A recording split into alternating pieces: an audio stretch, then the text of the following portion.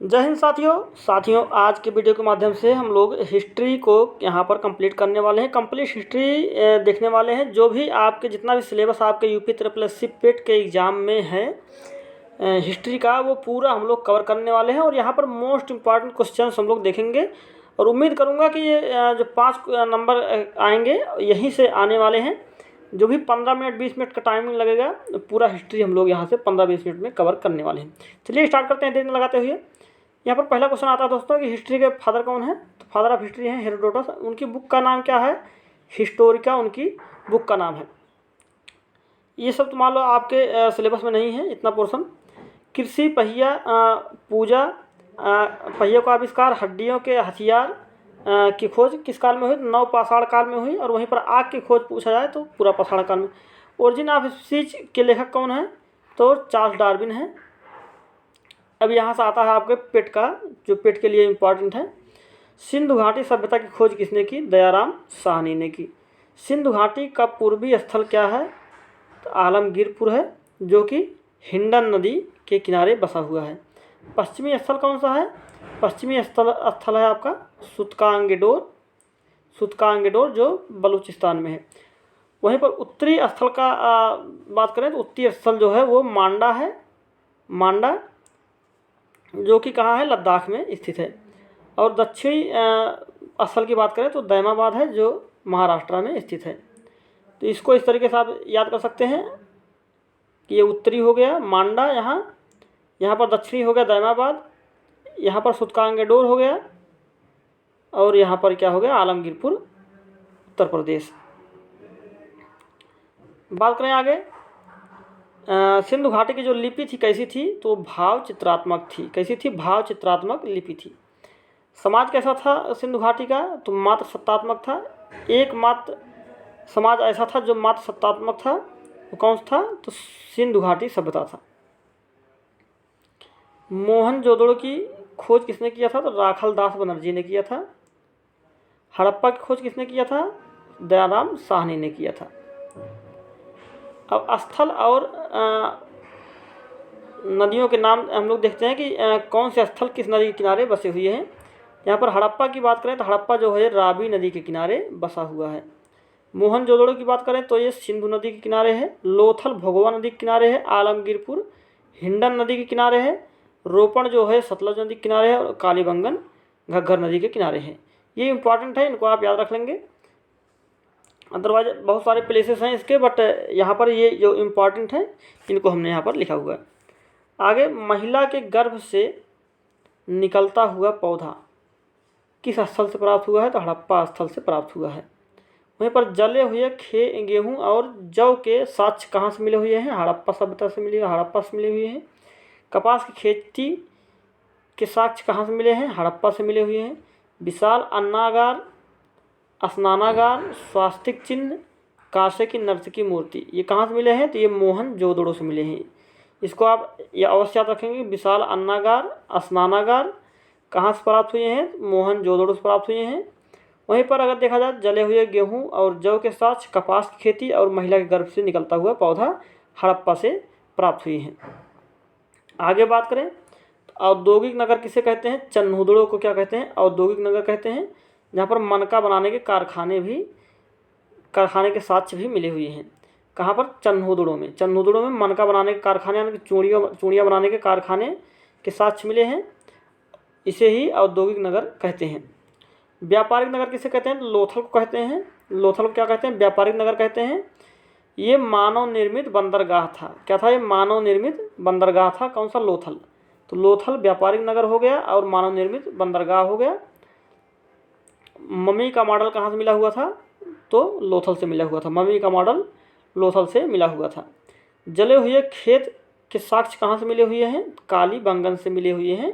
जुते हुए खेत के साक्ष्य कहाँ से मिले हैं? कालीबंगन से मिले हुए हैं। वहीं पर कपास की खेती के साक्ष्य कहाँ से मिले हैं? तो हड़प्पा से मिले हैं। और जौ और गेहूँ के जले हुए साक्ष्य कहाँ से मिले हुए हैं? तो हड़प्पा से मिले हुए हैं। 3 टीलों में विभाजित शहर कौन सा था? धौलावीरा था। धौलावीरा स्थल जो था ये 3 टीलों में विभाजित था। लेकिन अदरवाइज अगर पूछा जाए हड़प्पा सभ्यता कितने टीलों में विभाजित सभ्यता थी तो 2 टीलों में विभाजित थी। हड़प्पा सभ्यता के जितने भी शहर थे सभी 2 टीलों में विभाजित थे, लेकिन धवलावीरा एकमात्र ऐसा शहर था जो 3 टीलों में विभाजित था। मुद्रा में कौन से देवता अंकित थे? तो पशुपतिनाथ जो थे वो अंकित थे। वैदिक सभ्यता का निर्माण किसने किया? आ जाते हैं वैदिक सभ्यता की तरफ। वैदिक सभ्यता का निर्माण किसने किया? तो आर्यों ने किया वैदिक सभ्यता का निर्माण। वैदिक सभ्यता कैसी सभ्यता थी? पितृ सत्तात्मक थी। हमने बताया आपको सिंधु घाटी सभ्यता एक ऐसी सभ्यता थी जो मात्र सत्तात्मक थी, अदरवाइज सभी सभ्यताएं कैसी थी? पितृ सत्तात्मक थी। वैदिक सभ्यता का मुख्य व्यवसाय क्या था? पशुपालन आप लगाएंगे अगर पहले आता है, अगर सभी ऑप्शन में आते हैं, कृषि और पशुपालन दोनों आते हैं साथ में तो दोनों को लगाना, लेकिन अगर पशुपालन आता है कृषि अलग आता है तो आपको पशुपालन पहले चूज करना है। आर्य मध्य एशिया से आए किसने कहा? तो मैक्स मूलर ने कहा था। बोगस गोई अभिलेख में देखने को मिलता है। मैक्स मूलर ने कहा था कि आर्य कहाँ से आए थे? मध्य एशिया से आए थे। और सबसे ज़्यादा जो मानता है इसी मत को मिला हुआ है। आर्यों की भाषा कैसी थी? संस्कृत थी। वैदिक सभ्यता का समाज कैसा था? तो ग्रामीण था। वहीं पर अगर पूछा जाए सिंधु घाटी सभ्यता का समाज कैसा था तो वो शहरी समाज था, और वैदिक सभ्यता ग्रामीण समाज था। प्रमुख देवता कौन थे वैदिक सभ्यता के? तो इंद्रदेव थे। वहीं पर गाय का दूसरा नाम क्या कहते थे? अघन्या कहते थे। गाय को अघन्या कहते थे वैदिक काल में। ऋग वैदिक काल की सबसे पवित्र नदी कौन सी मानी जाती है? सरस्वती जो है वो ऋग वैदिक काल की सबसे पवित्र नदी मानी जाती है। कुल उपनिषद हैं कितने हैं? 108 हैं। और सबसे बड़ा उपनिषद कौन सा है? बृहदारण्यक उपनिषद है। कौन सा है? बृहदारण्यक उपनिषद सबसे बड़ा उपनिषद है। सबसे छोटा उपनिषद की बात करें तो मांडूक्योपनिषद है, और सत्यमेव जयते मुंडकोपनिषद से लिया गया है। देखिए मांडूक्योपनिषद और मुंडकोपनिषद ये दोनों 2 उपनिषद अलग अलग हैं। मांडूक्योपनिषद जो है ये सबसे छोटा उपनिषद है, बृहदारण्यक सबसे बड़ा उपनिषद है, और मुंडकोपनिषद जो है यहाँ से सत्यमेव जयते लिया गया है। मुंडकोपनिषद से दूसरा उपनिषद है। कुल उपनिषदों की संख्या कितनी है? 108 उपनिषद है टोटल। आगे बात करें, यम नचिकेत संवाद किस उपनिषद में देखने को मिलता है? तो यम नचिकेत संवाद जो है कठोपनिषद में देखने को मिलता है। तमसो माँ ज्योतिर्गमय किस उपनिषद में है? तो बृहदारण्यक उपनिषद में है। ओम शब्द बृहदारण्यक उपनिषद में है, यानी कि तमसो माँ ज्योतिर्गमय और ओम शब्द का उच्चारण कहाँ है? बृहदारण्यक उपनिषद में है। आगे बात करें वेदों की, तो वेद और उनको पढ़ने वालों को क्या कहते हैं? तो ऋग वेद के पढ़ने वालों को क्या कहते हैं? होत्र कहते हैं या फिर होता कहते हैं। साम वेद को पढ़ने वालों को क्या कहते हैं? साम वेद पढ़ने वाले को उद्रात्र या उद्गाता कहते हैं। यजुर्वेद पढ़ने वाले को अथर्ववेद कहते हैं, अध्वर्य, और अथर्ववेद को पढ़ने वाले को ब्रह्मा कहते हैं। ऋग्वेद में कुल मंडल कितने हैं? 10 हैं। अष्टक कितने हैं? 8 हैं। और वहीं पर सूक्त की बात करें तो 1028 सूक्त हैं। सभी मोस्ट इम्पॉर्टेंट क्वेश्चन हमने उठाए हुए हैं। अगर क्वेश्चन आपके पेट में आएगा इन चैप्टर से तो यहीं से पूछा जाएगा। ऋग्वेद के तीसरे मंडल में गायत्री मंत्र का उल्लेख मिलता है। ऋग्वेद के तीसरे मंडल में क्वेश्चन काफ़ी इम्पॉर्टेंट है। चौथे में कृषि, 7वें में दशराज युद्ध, और 9वें मंडल में सोम देवता, और 10वें मंडल में क्या है? जाति व्यवस्था का वर्णन देखने को मिलता है। टोटल कितने मंडल हैं? 10 मंडल हैं। 10 मंडल में से तीसरे मंडल में क्या है? गायत्री मंत्र है। चौथे मंडल में कृषि है। 7वें मंडल में दशराज युद्ध है। 9वां मंडल सोम देवता, और 10वां मंडल जाति व्यवस्था का वर्णन मिलता है। आगे बात करें, लोहे की खोज किस वेद में हुई? तो ऋग्वेद में हुई। वेद त्रय किसे कहते हैं? ऋग्वेद, सामवेद, यजुर्वेद, इन तीनों लगातार जो स्टार्टिंग से हैं उन्हीं को हम वेद त्रय कहते हैं। ऋग्वेद, सामवेद, यजुर्वेद और अथर्ववेद चौथा वेद हो जाता है। तो अथर्ववेद को हटा के बाकी तीनों को हम क्या कहते हैं? वेद त्रय कहते हैं। क्वेश्चंस आ चुका है एग्जाम में। इसके अलावा संगीत का जन्म किस वेद को कहते हैं? सामवेद को कहते हैं। यज्ञ कर्मकांड किस वेद में देखने को मिलता है? यजुर्वेद में देखने को मिलता है। वेदों की संख्या कितनी है? 4 है, बताया आपको। वेदांग कुल कितने हैं? 6 वेदांग हैं। और पुराण कितने हैं? तो 18 पुराण हैं। आगे बात करें, जादू, टोना, वशीकरण, औषधि, भूत, ये सब किस वेद में देखने को मिलते हैं? तो अथर्ववेद में देखने को मिलते हैं। सबसे नवीनतम वेद कौन सा है? अथर्ववेद ही है। सबसे नवीनतम अथर्ववेद है। सबसे पुराना कौन सा है? तो ऋग्वेद है। बात करें, भारत के बाहर कितने महाजनपद थे? महाजनपदों का चैप्टर, जो महाजनपद का चैप्टर है वो आ गया यहाँ पर। तो महाजनपद कितने थे भारत के बाहर? टोटल महाजनपद 16 हैं। इस बात को याद रखेंगे, 16 महाजनपद है। 16 महाजनपदों में जो भारत के बाहर महाजनपद थे वो 2 थे। कौन कौन से? कंबोज और गांधार। कंबोज और गांधार जो थे भारत के बाहर के महाजनपद थे। महाजनपदों के बारे में बताने वाले ग्रंथ कौन कौन से हैं? अंगुत्तर निकाय है, जो कि बौद्ध धर्म का ग्रंथ है। बौद्ध धर्म का ग्रंथ है कौन सा? अंगुत्तर निकाय। जैन धर्म का ग्रंथ जो है ये है भगवती सूत्र। कौन सा है? तो भगवती सूत्र जो है वो जैन धर्म का ग्रंथ है। आगे बात करें, अष्टाध्यायी जो है, अष्टाध्याय में 22 महाजनपद बताए गए हैं। किसमें? अष्टाध्याय में बताए गए हैं 22 महाजनपद थे। बाकी अदर सब में जो है वो 16 महाजनपद बताए गए हैं। अंगुत्तर निकाय याद रखेंगे आप, बौद्ध धर्म से रिलेटेड है। भगवती सूत्र जो है वो जैन धर्म से रिलेटेड है। आगे बात करें, महाजनपद और उनके राजधानियाँ कौन कौन सी हैं उनको देखते हैं। तो महाजनपद अगर बात करें मगध की, तो मगध की राजधानी क्या थी? पाटलिपुत्र, राजगृह और गिरिवर्ज, ये क्या थे? ये मगध के राजधानी थी। अंग की राजधानी की बात करें तो चंपा थी।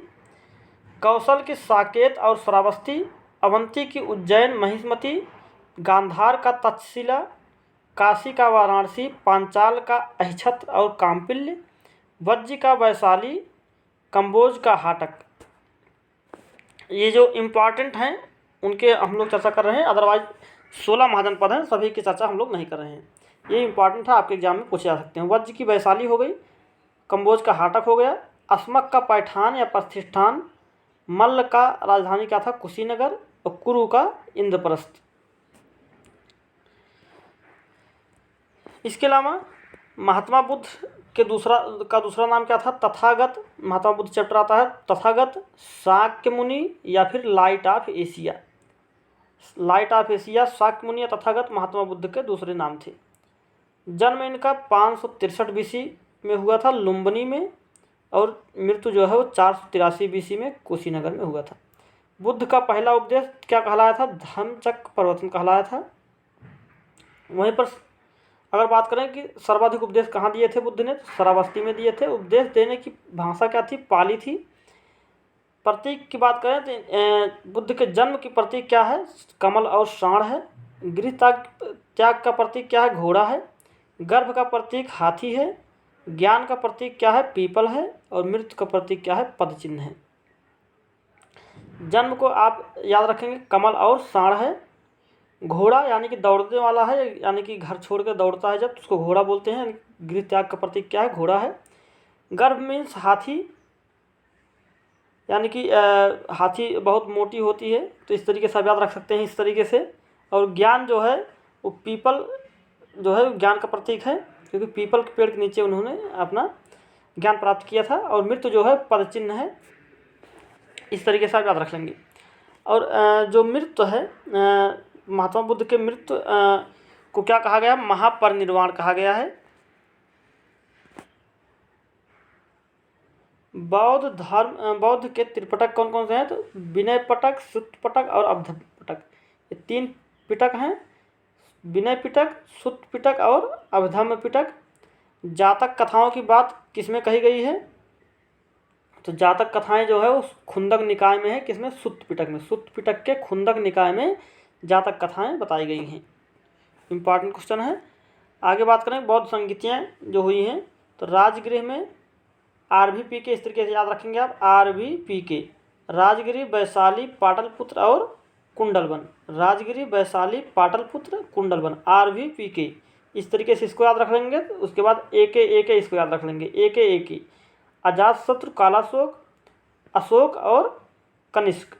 इस तरीके से आप इन चारों को शासन काल को याद कर लेंगे कि अजातशत्रु, कालाशोक, अशोक और कनिष्क। RVP के एक। अदरवाइज अध्यक्ष याद करने की बहुत ज़्यादा ज़रूरत नहीं है, आपको लास्ट वाला उपाध्यक्ष याद कर लेना है। कुंडल वन में जब संगीति हुई थी तो उसके उपाध्यक्ष कौन थे, तो उसके उपाध्यक्ष थे अश्वघोष, और बाकी सभी में ओनली अध्यक्ष हुए थे, लेकिन इसमें उपाध्यक्ष भी हुए थे। बौद्ध वृक्ष को किसने कटवाया? शशांक ने कटवाया था। महायान के संस्थापक कौन थे? देखो 2 भागों में बटा था जो बौद्ध धर्म था, महायान और हीनयान। महायान के संस्थापक कौन थे? तो वसुमित्र थे, और हीनयान के संस्थापक कौन थे? तो महाकश्यप थे। बात करते हैं जैन धर्म की। 24 तीर्थंकर के बारे में जानकारी जैन धर्म के किस पुस्तक में मिलती है? कल्प सूत्र से मिलती है 24 तीर्थंकरों के बारे में जानकारी। कल्प सूत्र। तो पहले तीर्थंकर कौन थे? ऋषभदेव थे। 23वें कौन थे? पार्श्वनाथ थे। और 24वें कौन थे? महावीर स्वामी थे। बात करें जैन धर्म की, तो महावीर स्वामी के पिता का नाम सिद्धार्थ था, माता का नाम त्रिशला, पत्नी का नाम यशोदा, पुत्री का नाम अनोजा प्रियदर्शनी, दामाद जमाली, और भाषा जो है क्या था? प्राकृत था। इनकी भाषा प्राकृत थी। और महात्मा बुद्ध की भाषा कैसी थी? पाली भाषा थी। वहीं पर वैदिक काल की भाषा बात करें तो कैसी थी? संस्कृत थी। ज्ञान किस वृक्ष के नीचे प्राप्त हुई? साल वृक्ष के नीचे इनको प्राप्त हुई थी, उनको पीपल वृक्ष के नीचे प्राप्त हुई थी। आगे बात करें श्वेतांबर शाखा के जनक संस्थापक कौन थे? देखिए ये भी जो जैन धर्म भी 2 भागों में बटा था, श्वेतांबर और दिगंबर। श्वेतांबर के शाखा के जनक कौन है? संस्थापक कौन है? स्थूलभद्र हैं, और श्वेतांबर में सफ़ेद वस्त्र पहनते थे। वहीं पर दिगंबर की बात करें, दिगंबर के जो संस्थापक थे वो भद्रबाहु थे, इसमें नग्न रहते थे। ये लोग साउथ एरिया में रहते थे, ये लोग नॉर्थ एरिया में रहते थे। सबसे शक्तिशाली महाजनपद कौन सा था? मगध था। ये फिलहाल आपके पेट के एग्जाम के लिए इम्पॉर्टेंट नहीं है। मगध में अगर याद रखेंगे आप तो इतने याद रख सकते हैं, हासनम, हाँ सनम, ये याद रख लेंगे आप तो ये सभी इसके जो राज्य हुए हैं, वंश हुए हैं, उनके नाम याद हो जाएंगे। जैसे हा से हर्यक वंश हो गया, सा से शिशुनाग वंश हो गया, ना से नंद वंश हो गया, और माँ से मौर्य वंश हो गया। ये हो गए मगध साम्राज्य। अब मगध में जो मौर्य वंश है, मौर्य वंश के बारे में आपको पढ़ना है। तो इस तरीके से आप इसको पढ़ सकते हैं। भारत में सबसे बड़ा शासनकाल किसका हुआ था? तो बिंबिसार का हुआ था। बिंबिसार एक है और एक बिंदुसार है। अभी बिंदुसार मौर्य वंश में आता है, उसके बारे में बाद में देखेंगे। बिंबिसार जो है ये किसमें था? हर्यक वंश का संस्थापक था बिंबिसार। इसका दूसरा नाम क्या था? सुरोणिक था। बिंबिसार की हत्या किसने की? अजातशत्रु ने की थी। अजातशत्रु के बाद अजातशत्रु की हत्या उदयन ने की थी, उनके लड़के, और उदयन की हत्या अनिरुद्ध ने की थी। अनिरुद्ध की मुंडा की नागदत्तक ने। तो ये पितृहंता जो है, पितृहंता वंश भी इसको कहते हैं। बात आती है शिशुनाग वंश की। शिशुनाग वंश जो नागदशक थे, नागदशक जो है वो नागदशक की हत्या शिशुनाग ने की थी, और शिशुनाग वंश की स्थापना की। शिशुनाग की बात करें, शिशुनाग के बाद कालाशोक आता है, कालाशोक के बाद नंदीवर्धन आता है। अब नंदीवर्धन की हत्या किसने किया था? महापद्म नंद ने किया था, और महापद्म नंद ने नंद वंश की स्थापना की। महापद्म नंद के बाद घनानंद आते हैं। अब उसके बाद आता है आपका मौर्य वंश। मौर्य वंश आपके लिए इम्पॉर्टेंट है। चंद्रगुप्त मौर्य, उसके बाद फिर बिंदुसार आते हैं, सम्राट अशोक आते हैं, कुणाल आते हैं। सब इसके संस्थापक कौन मौर्य वंश के? तो चंद्रगुप्त मौर्य हैं। अजातशत्रु का उपनाम क्या था? कुणिक था। किस वंश को पितृहंता वंश कहते हैं? हर्यक वंश को। पाटलिपुत्र की स्थापना किसने की थी? उदयन ने की थी। महापद्मनंद का उपनाम क्या था? उग्रसेन, परशुराम का अवतार, एकराट, सर्वछांतक। इसके अलावा बात करें सिकंदर का आक्रमण किसके काल में हुआ? तो घनानंद के काल में हुआ था सिकंदर का आक्रमण। भारत पर पहला विदेशी आक्रमणकारी कौन था? तो ईरानी आए थे, डेरियस। जो डेरियस था वो ईरान से आया था, पहला विदेशी आक्रमणकारी था। सिकंदर का उपनाम क्या था? अलेक्जेंडर द ग्रेट था। हाइडेस्पीच का युद्ध किसके बीच में हुआ था? सिकंदर और राजा पुरु के बीच में हुआ था। कितने में? 325 BC में। सिकंदर के साथ कौन कौन से व्यक्ति आए थे? सेल्यूकस निकेटर आया था, फिलिप और नियारकस। चाणक्य के अन्य नाम कौन कौन से हैं? विष्णुगुप्त, कौटिल्य, भारत का मैकियावेली, ये चाणक्य के उपनाम हैं। चाणक्य की पुस्तक कौन सी थी? अर्थशास्त्र थी। चंद्रगुप्त मौर्य के अन्य नाम क्या थे? भारत का मुक्तिदाता, एंड्रोकोटस और सिंड्रोकोटस। ये किसके नाम थे? चंद्रगुप्त मौर्य के अन्य नाम थे भारत का मुक्तिदाता, एंड्रोकोटस, सिंड्रोकोटस। सेल्यूकस निकेटर जो कि सिकंदर के साथ आया था, उसने मेगास्थनीज को किसके दरबार में भेजा? चंद्रगुप्त मौर्य के दरबार में भेजा। मेगास्थनीज को चंद्रगुप्त मौर्य के दरबार में भेजा था। एक क्वेश्चन आ सकता है मेगास्थनीज किसके दरबार में आया था? तो चंद्रगुप्त मौर्य के दरबार में आया था। वहीं पर फायान की बात करें तो फायान जो था वो चंद्रगुप्त सेकंड के दरबार में आए थे। देखिए चंद्रगुप्त 3 हुए, एक चंद्रगुप्त मौर्य पहले हुए, फिर चंद्रगुप्त प्रथम, अभी गुप्त वंश में जाएंगे हम लोग तब। चंद्रगुप्त प्रथम और उसके बाद चंद्रगुप्त द्वितीय, 3 चंद्रगुप्त का आप याद रखना पड़ेगा। मेगास्थनीज की पुस्तक का नाम क्या था? इंडिका था। मेगास्थनीज आए थे चंद्रगुप्त मौर्य के दरबार में। जूनागढ़ अभिलेख किसने और किस भाषा में जारी कराया? तो रुद्रदामन ने जारी कराया था। किस भाषा में? संस्कृत भाषा में जारी कराया था। बिंदुसार के अन्य नाम क्या हैं? तो अमित्रघात, सिंहसेन, वारिसार, ये किसके नाम है? बिंदुसार के नाम है। अमित्रघात याद रखेंगे आप, अमित्रघात किसका नाम है? बिंदुसार का। फिलाडेल्फस और डायमेकस किसके शासनकाल में आए थे? फिलाडेल्फस और डायमेकस जो है ये दोनों बिंदुसार के शासनकाल में आए थे। अशोक के अन्य नाम क्या है? देवनाम, प्रियदर्शी अशोक के अन्य नाम हैं। अशोक के 13वें शिलालेख में क्या है? 13वें अभिलेख में क्या है? कलिंग युद्ध के बारे में 13वें अभिलेख में बताया गया है। वहीं पर चौथे अभिलेख की बात करें तो पशु बलि के बारे में बताया, पशु बलि निंदा की गई है। अशोक की युद्ध नीति क्या थी? भेरी घोष नीति थी। भेरी घोष नीति अशोक की युद्ध नीति थी। कलिंग युद्ध कब हुआ? 261 बीसी में हुआ था। 261 बीसी में हुआ था। और किस अभिलेख में है? तो यह 13वें अभिलेख में इसका वर्णन मिलता है देखने को। अशोक के नाम अभिलेख मास्की अभिलेख, गुर्जरा अभिलेख, नेट्टूर अभिलेख और भब्रू अभिलेख, ये इंपॉर्टेंट है, याद रखेंगे आप इन सबको। इसके अलावा भारत में सर्वप्रथम शिलालेख किसने बनवाया था? सर्वप्रथम शिलालेख जो है वो अशोक ने बनवाया था। अशोक के शिलालेख कितने थे? टोटल शिलालेख 14 हैं। टोटल कितने शिलालेख हैं? 14 हैं, जिसमें सबसे बड़ा जो शिलालेख है वो कौन सा है? 13वां शिलालेख है, जिसमें कलिंग युद्ध के बारे में बताया गया है। स्तंभलेख कितने हैं? 7 हैं। और गुहालेख कितने थे? तो 3 गुहालेख, स्तंभलेख 7 और 14 शिलालेख। अशोक के बौद्ध प्रचार के लिए श्रीलंका किसे भेजा? तो अशोक ने बौद्ध प्रचार के लिए महेंद्र, अपने पुत्र महेंद्र और पुत्री संघमित्रा को श्रीलंका प्रचार के लिए भेजा था।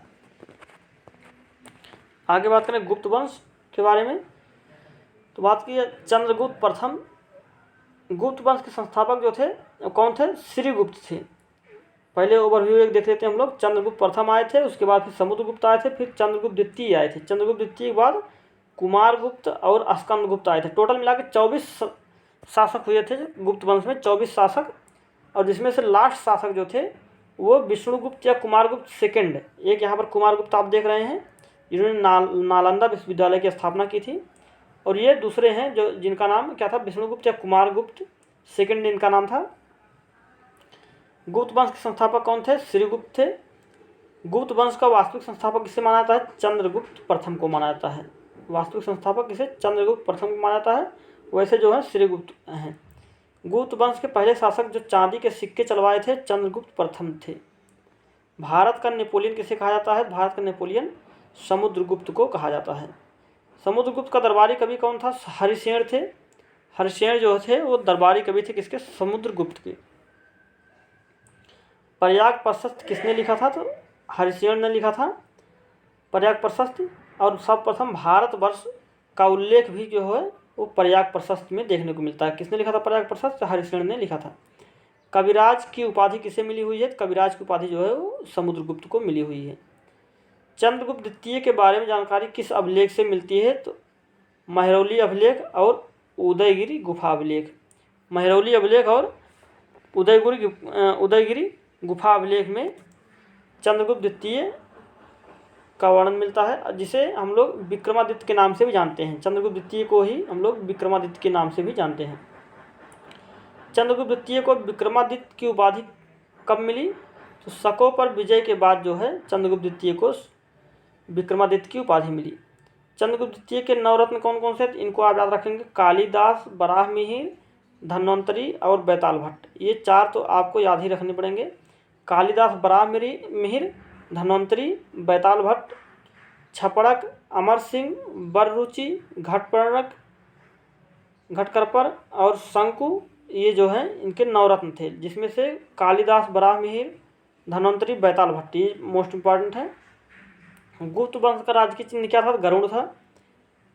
रामायण और महाभारत के अंतिम भाग का संकलन किस काल में हुआ था, गुप्त काल में हुआ था। किस काल में, गुप्त काल में हुआ था। हर्षवर्धन को शिलादित्य किसने कहा, ह्वेनसांग ने हर्षवर्धन को शिलादित्य कहा था। यानी कि ह्वेनसांग किसके शासनकाल में आया था, तो हर्षवर्धन के शासनकाल में आया था, यानी कि हर्षवर्धन के दरबार में आए थे ह्वेनसांग। ह्वेनसांग की पुस्तक क्या नाम था, तो सीयू की, इनकी पुस्तक का नाम है सीयू की। ह्वेनसांग का उपनाम क्या है, यात्रियों का राजकुमार। फाहयान जो थे किसके दरबार में आए थे, बताया आपको, फाहयान जो थे चंद्रगुप्त द्वितीय के दरबार में आए थे। इनकी पुस्तक क्या नाम है, फायो की। फा क्योंकि, फाहयान से फा क्योंकि हो जाएगा, और ह्वेनसांग से सीयू की, याद रखेंगे आप। नालंदा विश्वविद्यालय की स्थापना किसने किया था, तो कुमारगुप्त ने किया था नालंदा विश्वविद्यालय की स्थापना। आगे आता है आपका दिल्ली सल्तनत। दिल्ली सल्तनत जो है इसमें GKTSL, ये आप याद रखेंगे, सीरीज जो है GKTSL। जी से गुलाम वंश, के से खिलजी वंश, टी से तुगलक वंश, एस से सैयद वंश और एल से लोदी वंश। गुलाम, खिलजी, तुगलक, सैयद और लोदी, ये 5 वंश दिल्ली सल्तनत में चले थे। दिल्ली सल्तनत की स्थापना जो है 1206 ईस्वी में, कितने में, 1206 BC में हुई थी, 1206 BC में, और 1526 BC तक चली थी। 1526 BC में मुग़ल काल आ गया था, जो बाबर थे वो आ गए थे उस टाइम पे। तो यहाँ पर याद रखेंगे हम लोग, गुलाम वंश संस्थापक किसे कहते हैं, तो कुतुबुद्दीन ऐबक को कहते हैं। किसे कहते हैं, कुतुबुद्दीन ऐबक को गुलाम वंश का संस्थापक कहते हैं। 1206 में 2.5 दिन का झोपड़ा किसने बनवाया था, तो ऐबक ने बनवाया था। कुतुबुद्दीन ऐबक ने 2.5 दिन का झोपड़ा बनवाया था। कुतुब मीनार का निर्माण किसने करवाया था, प्रारंभ करवाया था ऐबक ने। प्रारंभ करवाया था किसने, ऐबक ने। और निर्माण कंप्लीट करवाया किसने, इल्तुतमिश ने। गुलाम वंश का वास्तविक संस्थापक किसे कहा जाता है, तो इल्तुतमिश को कहा जाता है। गुलामों का गुलाम किसे कहते हैं, इल्तुतमिश को कहते हैं। गुलाम का गुलाम किसे कहते हैं, इल्तुतमिश को कहते हैं। देखिए जो ऐबक था, ऐबक जो है वो गौरी का क्या था, मोहम्मद गौरी का गुलाम था। मोहम्मद गौरी का गुलाम ऐबक था, और ऐबक का गुलाम कौन था, इल्तुतमिश था। तो गुलामों का गुलाम इसलिए क्या किसे कहते हैं, इल्तुतमिश को गुलामों का गुलाम कहते हैं, गुलाम का गुलाम। तुर्क ए चहलगानी का गठन किसने किया था, तो इल्तुतमिश ने क्या किया था, तुर्क ए चहलगानी का गठन किया था। इक्ता प्रथा किसने चलवाया था, तो इक्ता प्रथा जो है इल्तुतमिश ने इक्ता प्रथा चलवाया था। मंगोल आक्रमण, यानी कि चंगेज खां जो था वो मंगोली था, और मंगोल आक्रमण किसके समय हुआ था, तो इल्तुतमिश के समय हुआ था मंगोल आक्रमण। चंगेज खां ने इल्तुतमिश के समय आक्रमण किया था। मुद्रा तांबे का जीतल एवं चांदी का टंका, ये किसने चलवाया था, देखिए जो है मुद्रा था तांबे का जीतल और चांदी का टंका, एक मुद्रा किसने चलवाया था, तो इल्तुतमिश ने चलवाया था। मुद्रा था जो है तांबे का जीतल और चांदी का टंका। मकबरा शैली का जनक किसे कहते हैं, तो इल्तुतमिश को कहते हैं। इल्तुतमिश का मकबरा कहाँ स्थित है, दिल्ली में स्थित है। पहली महिला मुस्लिम शासका कौन थी, रजिया सुल्तान थी। जैसे गुलाम की बात करें तो मोहम्मद गौरी का गुलाम कौन था, ऐबक था, कुतुबुद्दीन ऐबक। और ऐबक का गुलाम कौन था, इल्तुतमिश था। और इल्तुतमिश का गुलाम कौन था, तो बलबन था। इसलिए इसको हम लोग गुलाम वंश कहते हैं। उलूग खां किसका उपनाम था, तो बलबन का उपनाम क्या था, उलूग खां। अभी उलूग खां आगे भी कई मिलेंगे आपको। नवराज उत्सव किसने चलवाया था, नवराज उत्सव जो है वो बलबन ने चलवाया था। गुलाम वंश का अंतिम शासक कौन था, कैमूर था। लाल महल सीरी का किला किसने बनवाया था, तो बलबन ने बनवाया था। अलाउद्दीन खिलजी वैसे जो है लाल महल सीरी का किला जो है ये याद रखेंगे आप, अलाउद्दीन खिलजी के लिए। कुतुब मीनार का कार्य पूरा कराया किसने? इल्तुतमिश ने। स्टार्ट किसने कराया था? तो कुतुबुद्दीन ऐबक ने। और ख़त्म किसने किया? बनवाया किसने? तो इल्तुतमिश ने कंप्लीट करवाया। खिलजी की बात करें, खिलजी वंश की संस्थापक कौन है? जलालुद्दीन खिलजी। ये क्या थे? गुलाम वंश में सेनापति थे। जो जलालुद्दीन खिलजी थे ये गुलाम वंश में क्या थे? सेनापति थे। दरबारी इनके कौन थे? जलालुद्दीन के दरबारी जो थे अमीर खुसरो जो थे, ये जलालुद्दीन के दरबारी थे। इसको आप याद रखेंगे, जलालुद्दीन के दरबारी कौन थे? अमीर खुसरो थे। अमीर खुसरो के ग्रंथ कौन कौन से? तुगलकनामा, तारीख़ अलाई। तुगलकनामा और तारीख़ अलाई जो है वो अमीर खुसरो के ग्रंथ हैं। अमीर खुसरो को तोताए हिंद कहते हैं, हिंदवी खड़ी बोली का जनक कहते हैं। कव्वाली, गज़ल, पहेली, सितार, तबला के जनक कौन है? तो अमीर खुसरो हैं। जलालुद्दीन की हत्या किसने की? तो अलाउद्दीन खिलजी ने की थी। अलाउद्दीन के अन्य नाम क्या क्या हैं? सिकंदर सानी, भारत का समुद्रगुप्त, विश्व का सुल्तान, युग विजेता। किसका नाम है? अलाउद्दीन खिलजी का नाम है। सिकंदर सानी, भारत का समुद्रगुप्त, विश्व का सुल्तान और युग विजेता। सेनापति की बात करें, जो अलाउद्दीन खिलजी के सेनापति कौन कौन थे? तो उलूग खां थे, नुसरत खां, जफ़र खां और मलिक काफूर। ये चार कौन थे? अलाउद्दीन खिलजी के सेनापति थे। मलिक काफूर जो था इसको 1000 दिनार में खरीदे थे, तो इसीलिए इसको 1000 दिनारी के नाम से भी जानते हैं। जो मलिक काफूर है इसको क्या कहते हैं? 1000 दिनारी के नाम से जानते हैं। अलाउद्दीन के कार्य क्या क्या थे? तो बाजार नियंत्रण प्रणाली, इम्पॉर्टेंट काम। अलाई दरवाज़ा बनवाया था, सीरी का किला बनवाया था। ये किसके काम थे? अलाउद्दीन खिलजी के कार्य थे। मार्को पोलो जो था ये इटली से आया हुआ था। कहाँ से इटली से आया हुआ था? किसके समय में आया हुआ था? तो अलाउद्दीन खिलजी के समय में आया हुआ था मार्को पोलो। तुगलक वंश की बात करें, तुगलक वंश के संस्थापक कौन थे? गयासुद्दीन तुगलक थे। गाजी की उपाधि इनको दी गई थी। नहरों का निर्माण कराने वाला पहला शासक कौन था? तो गयासुद्दीन तुगलक था। इनके दरबारी कौन थे? निजामुद्दीन औलिया थे, गयासुद्दीन तुगलक के दरबारी। आगे बात करें, गयासुद्दीन तुगलक की मृत्यु लकड़ी के महल में दबकर हुई थी। लकड़ी के महल में दबकर। इब्न बतूता जो था ये मोरक्को से आया हुआ था। कहाँ से? मोरक्को से।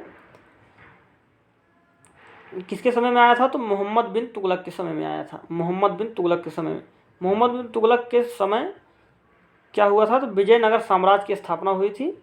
किसने किया था? हरिहर और बुक्का ने किया था, जिसकी राजधानी क्या थी? तो हम्पी थी। विजयनगर साम्राज्य की राजधानी क्या थी? हम्पी थी। किसने इसका निर्माण किया था? तो हरिहर और बुक्का नामक व्यक्तियों ने। और किसके शासनकाल में? तो मोहम्मद बिन तुगलक के शासनकाल में। मोहम्मद बिन तुगलक की मृत्यु कैसे हुई थी? लू लगने से हुई थी। वहीं पर गयासुद्दीन तुगलक कैसे मृत्यु हुई थी? तो लकड़ी के महल में दबकर हुई थी। जजिया कर लगाया था किसने ब्राह्मणों पर? तो फिरोज शाह तुगलक ने। फिरोज शाह तुगलक ने ब्राह्मणों पर जजिया कर लगवाया था। फिरोज शाह तुगलक द्वारा बसाए शहर कौन कौन से हैं? जौनपुर है, फिरोजाबाद है, फतेहाबाद, फिरोज शाह कोटला। आगे बात करें, नसरुद्दीन महमूद अंतिम शासक था। तैमूर लंग आक्रमण इसी के टाइम में हुआ था। तैमूर लंग आक्रमण किस टाइम में हुआ था? तो नसरुद्दीन महमूद के टाइम में, और यही अंतिम शासक था। आगे बात करें सैयद वंश की। तो सैयद वंश का स्थापना किसने किया था? खिज्र खान ने। लोदी वंश, सैयद वंश ज़्यादा कुछ है नहीं। लोदी वंश की बात करें तो संस्थापक कौन थे? बहलोल लोदी थे। सिकंदर लोदी ने आगरा बसाया था। सिकंदर लोदी ने क्या किया था? आगरा बसाया था। वहीं पर सिकंदर लोदी की बात करें तो मोहम्मद मुहर्रम ताजिया पर रोक लगा दिया था सिकंदर लोदी ने। गज ए सिकंदरी लागू की थी, 30 इंच का, जिसे जो माना था 30 इंच का जो था गज ए सिकंदरी किसने लागू किया था? सिकंदर लोदी ने। सिकंदर लोदी के समकालीन व्यक्ति कौन कौन से? कबीर दास थे, गुरु नानक देव थे, राणा सांगा थे। किसके समकालीन? सिकंदर लोदी के समकालीन। गले की बीमारी से सिकंदर लोदी की क्या हो गई थी? मृत्यु हो गई थी। गले की बीमारी से मृत्यु हुई थी। सिकंदर लोदी का मकबरा कहाँ है? तो दिल्ली में स्थित है। इब्राहिम लोदी आते हैं। इब्राहिम लोदी दिल्ली सल्तनत का अंतिम शासक था। दिल्ली सल्तनत का अंतिम शासक कौन था? तो इब्राहिम लोदी था। खतौली का युद्ध लड़ा था किसने? इब्राहिम लोदी ने। राणा सांगा और इब्राहिम लोदी के बीच में हुआ था खतौली का युद्ध। पानीपत का प्रथम युद्ध किसके किसके बीच हुआ था? 1526 में हुआ था बाबर और इब्राहिम लोदी के बीच। बाबर और इब्राहिम लोदी के बीच क्या हुआ था? पानीपत का प्रथम युद्ध हुआ था, जिसमें इब्राहिम लोदी मारा गया और उसके बाद मुगल की स्थापना हुई। मुगल वंश की स्थापना बाबर ने की 1526 में। अब इसके आगे है मुगल साम्राज्य। मुगल साम्राज्य को हम लोग नेक्स्ट वीडियो में देखेंगे, या फिर आप इस तरीके से भी याद कर सकते हैं। मुगल साम्राज्य जो था, इसको एक ट्रिक आपको याद होगा, भाजसा। भाजसा, भाजसा, इस तरीके से याद कर सकते हैं। बाबर, हुमायूं, अकबर, जहांगीर, शाहजहां और औरंगजेब। इसके बाद भी कई शासक हुए थे, लेकिन इम्पॉर्टेंट शासक यही हैं: बाबर, हुमायूं, अकबर, जहांगीर, शाहजहां और औरंगजेब। ये हुए थे मुगल साम्राज्य में शासक। वहीं पर बात करें हम लोग बाबर की, तो एक ट्रिक आप सभी को याद होगा कि 26 में पानी पिया, 27 में खाना खाया, 28 में घर गया, 29 में 28 में चल दिया, 29 में घर गया और 30 में मर गया। ये आप एक ट्रिक याद किए होंगे। 26 में जो है पानीपत का युद्ध लड़े थे, 27 में खानवा के युद्ध लड़े थे, 28 में जो है 1528 में क्या किए थे? चंदेरी का युद्ध लड़े थे, और 1529 में क्या किया था? घग्घर का युद्ध लड़े थे 1529 में, और 1530 में इनकी मृत्यु हो गई थी। बाबर की मृत्यु कब हुई थी? 1530 में हुई थी। तो इस तरीके से आप याद रख सकते हैं। और जो मुगल साम्राज्य के बचे हुए चैप्टर्स हैं, क्योंकि मुगल साम्राज्य थोड़ा लेंदी पड़ जाएगा, ज़्यादा लंबा वीडियो हो जाएगा, तो हम लोग उसका अलग से वीडियो देख लेंगे। बस एक चैप्टर आपको बचा हुआ है, अदरवाइज सारे चैप्टर हिस्ट्री के कंप्लीट हो गए हैं यहाँ पर। चलिए नेक्स्ट वीडियो में फिर मिलेंगे, तब तक के लिए नमस्कार। जय हिंद, जय भारत।